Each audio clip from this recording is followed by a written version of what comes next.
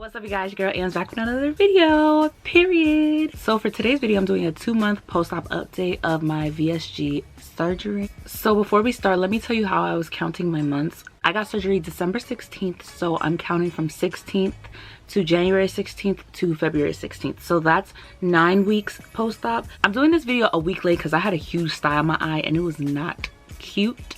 So I had to wait and do this video. So it has been a week since I hit 2 months. In 2 months, which is 9 weeks, I lost 39 pounds, a whole 39 pounds, like mind-blowing. I did start tracking my meals, like the calories, the protein and carbs and everything. In the beginning, I was kind of doing it, but now I'm doing it way more because it's important to know how much protein I'm getting in a day, and I want to make sure that I'm getting enough. I am trying to get over 60 grams of protein, so I have been doing that every day. I realized that you don't have to eat that much to get in 60 grams of protein. If you do want to see like the things that I eat and how to get your protein in, I will put a video up here and link it down below for my what I eat in a day video, so make sure you go check that out.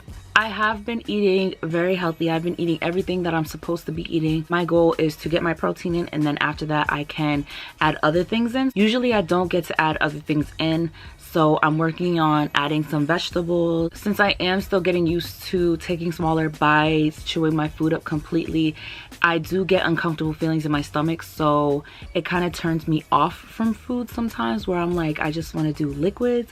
So that is why I'm only getting my protein in. I'm like eating just enough to get my protein in. So that is my goal, is to try to get used to how I'm eating, chewing it up, and also eating very slow. Because before I was like, and now I have to slow down and eat as much as I can hold down here. I am trying to start measuring my food more. I kind of know how much food makes me full, but I still need to be measuring them in the measuring cups so that I'm not making more food than what I can hold. That's one thing, is when you have food in front of you, you're gonna try to finish all the food in front of you. So what I'm starting to do is just put a little bit of food in front of me, and if I can hold more, then I'll go get more. One thing I do have to say is, do not try to test foods that you ate before that you know you cannot have now.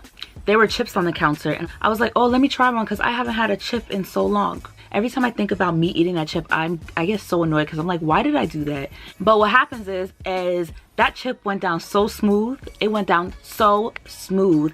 And I was like, ooh, I should have some more. So the next day I was like, oh, let me have another chip. And then I realized that that's how snacking comes back into your diet and also forming bad habits. So I had to stop that. When you feel that food is going down smooth, you tend to like want to eat that food more because you don't want to feel uncomfortable after every time you eat. But everything that you eat that goes down smooth is not always good for you. So I had to stop that habit real quick. I went to the store and I got some shredded cheese, and you put it on some parchment paper in little circles. Then you season them and then you put them in the oven, I think on 350 degrees, and then you bake them for 5 minutes, I believe. I'm not sure. And then you take them out and you let them harden, and they taste just like Cheez-Its. So that's what I use to overcome my chip eating thing that I was about to start getting into, which I'm so glad that I didn't. But that is one of my tips, is do not try foods that you know you're not supposed to have, because you will slip into an addiction and you could possibly mess up your whole surgery and your whole journey, which sucks. So don't do that. Eating and drinking, I did do it again, which I regret. I was eating some salad and I was like, oh, it's just a salad, I could just take a quick sip. No. I stood there and I went, you just feel it all in here. Don't even do it. Don't even, just give yourself the 30 minutes and you'll be good.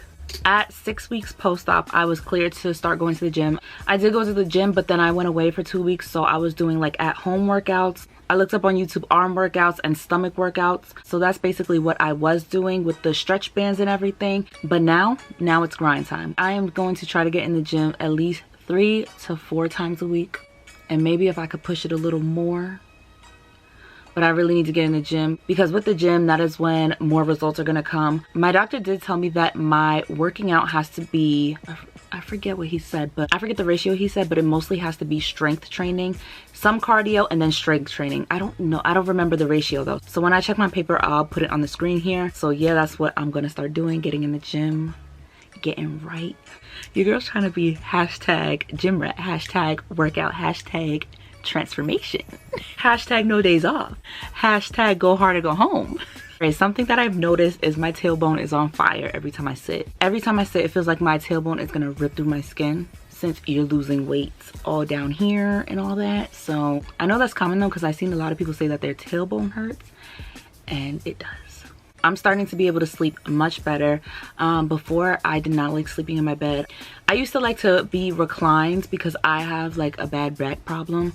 But lately I've been sleeping in my bed and my back has been feeling a lot better. Like, it's not as stiff as it was before. So before, I was going to the chiropractor for months, and I was also going to get massages, and my back was not feeling any better, but now I am starting to feel relief. Something that I did notice, which I don't know if it's in my head or not, but I feel like my legs got shorter. When I drive, I like to drive all the way back, my seat all the way back. Now I have to pull my seat up to drive. I don't know if my legs got shorter or what.